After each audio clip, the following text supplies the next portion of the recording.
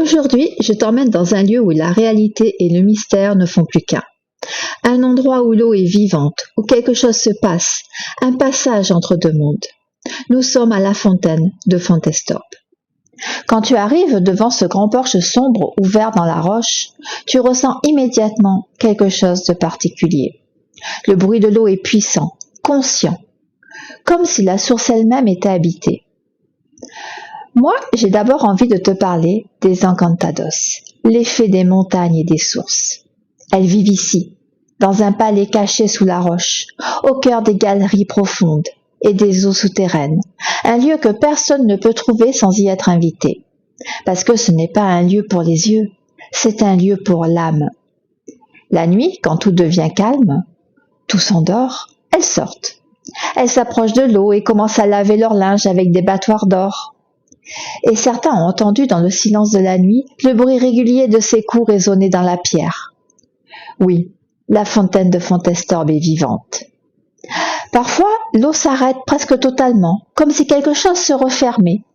Puis soudain, elle jaillit avec force, avec puissance, dans un grondement profond. En fait, ce sont les encantados qui ouvrent et referment les portes de leur royaume. Bien sûr, aujourd'hui, la science donne une autre explication. Sous les pieds, il existe un immense réseau souterrain, un véritable labyrinthe de grandes galeries creusées dans la roche. L'eau de pluie s'y infiltre, circule, s'accumule jusqu'à remplir un réservoir caché. Et à un moment précis, comme un souffle, comme un déclenchement, le système s'active. La source jaillit avec puissance, puis peu à peu, tout ralentit jusqu'à presque s'arrêter. Et le cycle recommence encore et encore toutes les 30 à 90 minutes, comme une respiration, comme un cœur. Ce phénomène est unique, l'un des plus rares au monde.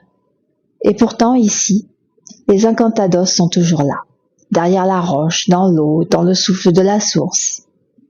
Et si tu écoutes avec ton cœur, avec ton âme, tu peux les entendre. Parce qu'ici, on ressent bien plus qu'on ne regarde.